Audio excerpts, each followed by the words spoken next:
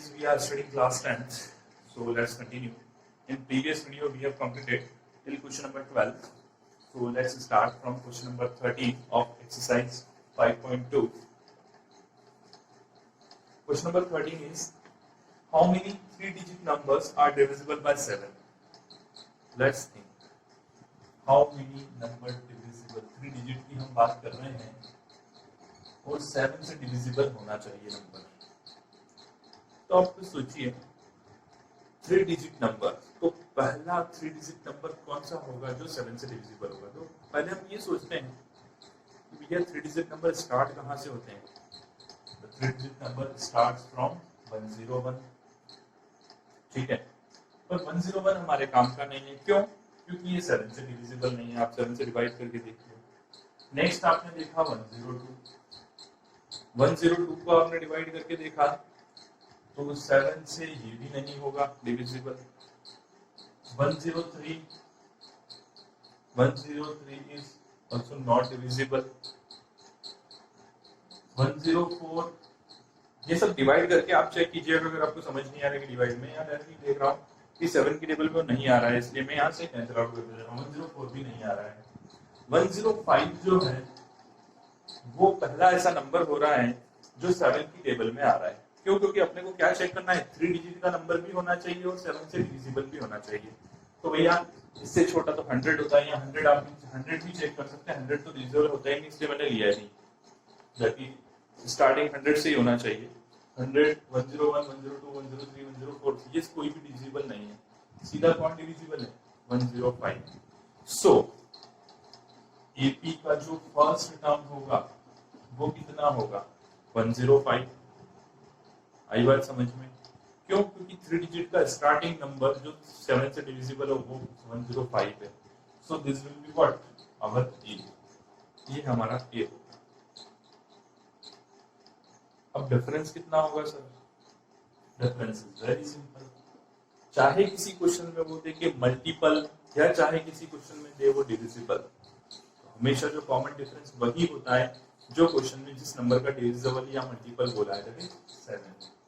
तो हमें ए मिल गया, डी मिल गया। अब हमें एन नंबर्स फाइंड करने हैं जो टोटल होंगे।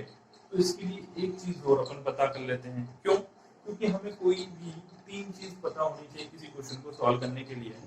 तो अभी नॉर्मली हर क्वेश्चन में अपने पास ए, एन और डी पता होता था, लेकिन एन इस बार हमें ही फाइंड करना है। तो हमें एक और कोई क्लू चाहिए जिससे हम क्वेश्चन को सॉल्व कर सकें। तो हम लास्ट टर्म की बात करते हैं। क्यों? क्योंकि हमारे पास एक फॉर्मूला है। कौन सा वाला फॉर्मूला है? लास्ट टर्म ए एन वाला। तो ए एन वाला फॉर्मूला हम अप्लाई कर सकते हैं। इसलिए तो देखो ए एन अपने पास कितना होगा उस पर बात करते हैं। ए एन, ए एन मतलब क्या? Last term. अभी अपन लास्ट टर्म को ही सोच रहे हैं। अब सबसे बड़ा 3 डिजिट का नंबर कौन सा होता है? 999। सिंपल सी बात है, 999 भैया। पर 999 जो है वो 7 से डिविजिबल नहीं है ना, क्योंकि 999 नहीं है। 998 देखा अपन ने, 998 तो 7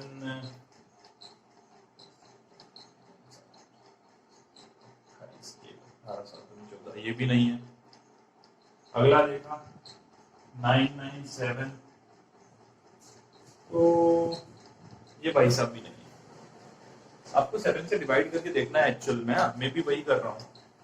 आप देखेंगे 7 1 ज़ा 7, 2 रिमेनिंग 29, 7 4 ज़ा 28, 1 17, 17 बच रहा है। तो 7 की टेबल में 17 नहीं आता। तो अब 17 के आसपास पीछे कौन सा नंबर है जो 7 की टेबल में आता? 14। मतलब यहाँ पे कितना आना चाहिए? 4। तो 97 भी नहीं होगा, 96 भी नहीं होगा, 95 भी नहीं होगा, 94 होगा सीधा। तो एक बार करके देख लेते हैं पूरा डिविजिबल है कि नहीं है। तो 7 1 ज़ा 7, 29, 4 ज़ा 28 एंड यहाँ पे 14 आया तो 2 एग्जैक्टली डिविजिबल है number. So our last term will be what? 994। बस आपको यही चीज एक्सप्लेन करना थी, बाकी तो आप क्वेश्चन कर सकते हैं। अब देखिए एन अपने पास 994 है और a105 है, तो n का फॉर्मूला क्या नहीं पता हमको? जी बिल्कुल पता है। n is what? a plus n minus 1 into d is equal to 994। तो nth टर्म हम फाइंड करेंगे यहाँ। तो a is what? 105, n minus 1 ऐसा का ऐसा as it is. Why? We have to find the value of n. We don't know right now. So, what is the value of d? D is 7 and 994. So, n minus 1 into 7, 994 minus 105. तो कितना आया? n minus 1 into 7, 994 minus 105, यानी कि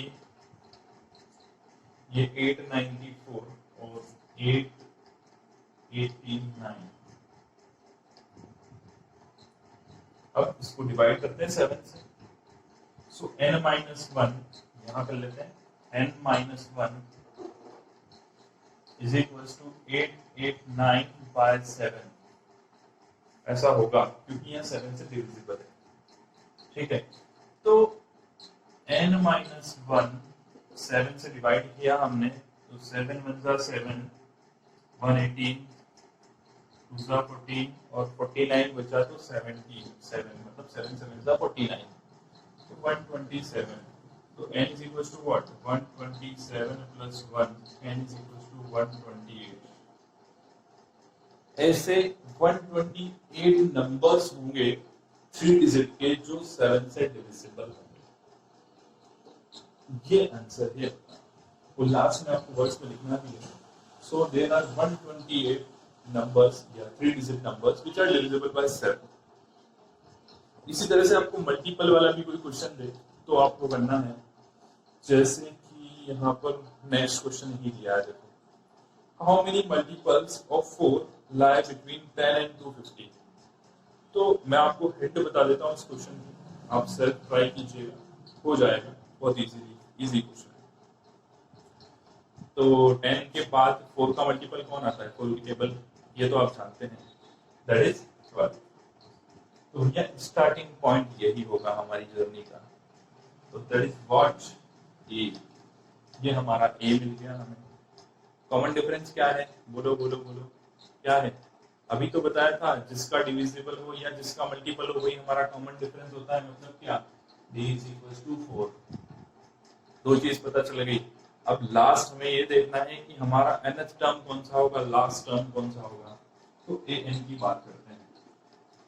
अभी देखो कहां तक बोला है, multiples of 4 lie between 10 and 250।